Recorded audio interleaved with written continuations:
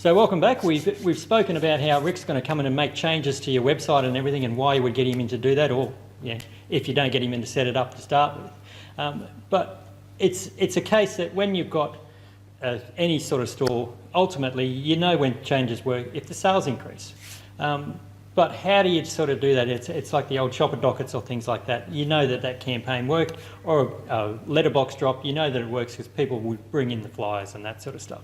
So I guess what's the online equivalent? So we've come in and we've decided that we're going to fix up the website. We're going to get it running smoothly and everything else. So the website's not the issue anymore. So what are the sort of ways that you can work out whether or not the changes that you've done to your website, how do you measure or how do you work out whether or not that it's actually worked for the company?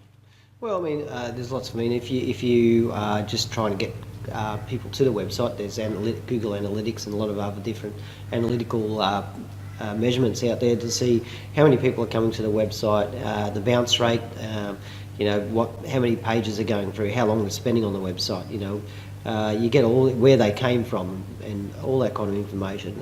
But that's just purely, I mean, if you've got a website and you just want people getting to the website to see it, I mean, that's the kind of things you can track.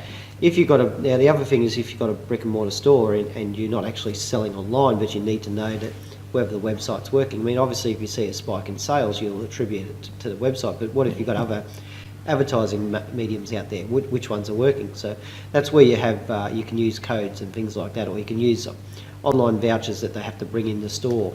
So they see it on the website, they print something out, or they come in and say, I saw this online. And the idea is you need to know that website's contributing to that sale. Okay, and they track that when they come into the store then? I guess, Yeah. and that sort of I mean, thing. obviously if they've got online, if you're selling online, you can see the sales there. But I mean, also, there's a lot of people who will look at an online store, and even though they can buy it online, they'll look at the online, but they prefer to go into the store and buy it.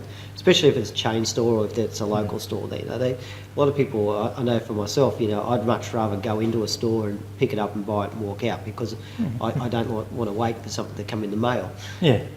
And so you don't. A lot of times, there's no interaction between the customer and the shop, as to with them saying, hey, I saw this online and I've come in to buy it. So you just assume that they've just walked in and buying the thing. So there is a need to try and. I mean, it's not a simple thing, but there are times where you may need to track that and see how much of your business is actually coming from the website, and then you can actually know whether it's worthy of spending more money on it and more, or whether it's you don't need to. So who's normally responsible for?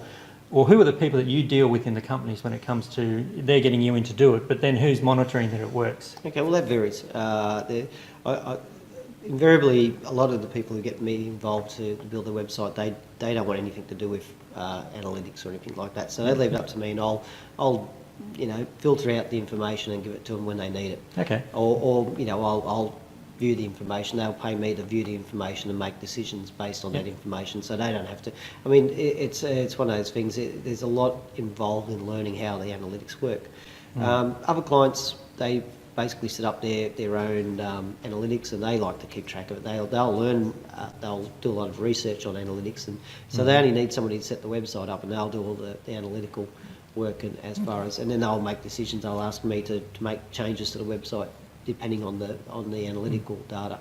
Do you finding that, I guess bigger companies, something like that, it might be running through the marketing department, whereas smaller companies, you've got, it's, mum and dad operations, or you've got the director there you're dealing directly with them, and they probably don't know about it. So there's benefits there for them. So looking at it, it's a case that, okay, we've worked out that they're working and that sort of thing. How would you go about, you said you do a report on the analytics and that sort of stuff. What sort of stuff would you report, I guess, and do you actually make recommendations, and basically do people tend to follow through with your recommendations? Generally they do. Most of you can really sort of pick the data you need. I mean, there is a hell of a lot of data you can get from Google Analytics alone. The main things I kind of look at is, obviously how many visitors are coming to the site, where they're coming from. So whether they're coming from organic traffic, from say social media, whether we've got AdWords running and you're getting the traffic from there, whether they're coming from an email campaign. You also look at your bounce rate. So bounce rate is basically when somebody comes to the site. if you've got a high bounce rate, it means people are coming to the site, they're looking at the site and straight away going back out and they're going, well, that's not for me. That impacts, because everything impacts on your Google ranking. That's very important. Okay.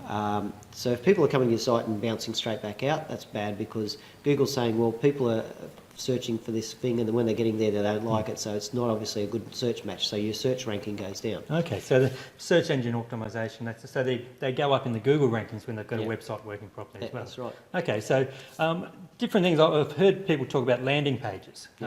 Just explain quickly what a landing page is. Okay, so a landing page is it can be a lot of different things. I mean, your home page is invariably the ultimate landing page. So when your home page is the sort of the page associated with your domain name, and that's the first page people usually go to when they type in your domain. Another form of landing page can be a subdomain, which is specific to a particular SEO topic. So they type in a keyword and it'll take them to that page. Actually, not a client of mine, but I was dealing with looking at the website today and found one of their landing pages, and what they've done is actually used a suburb name in the subdomain, and when you enter the page it actually specifies that suburb. Okay. Now the actual website was nothing to do with that suburb, it's actually another suburb, and when you go to the actual home page it doesn't mention any suburbs at all. Okay, so they've got the company page, which is obviously the company name and that sort of thing, but from a promotional and an online marketing point of view, it's better to have subdomains that are actually related to certain areas and those sort of things, and that's something that you look at setting that into your website and that as well. Yeah, okay. Well, that all sounds good. So what we're looking at doing, we've gone through a few things today, looking at setting up businesses from e-commerce. It seems that there's pretty clear, it's not just a matter of going in and just setting up a website and just looking for people to come in. I guess finishing off, if you were looking at advising someone that they said, look, I want to set up a e-commerce website, or they usually don't say that, I guess I want to set up an online business, that'd probably be what it is. Okay, what would you advise them? I guess, okay, well, they don't know where to start, they don't know what to do, they don't know anything about it, they've just come to you, they've been a retailer and they've gone, okay, I want to set up an online business, what do I do? Yeah. Well, this is generally what happens is people come to me and they know they want an online presence, and they know they want to sell products, or they want to get this end result, but they don't really know what they want. They don't know how to achieve it, and they've got a preconceived idea of what they want. But I generally sit them down and talk to them and really delve into what they want, what they're trying to do, and then use my experience of solutions to. And a lot of times we end up going in a completely different direction than what they originally intended to go, because they just didn't know what they were doing, and they didn't know what was available. So.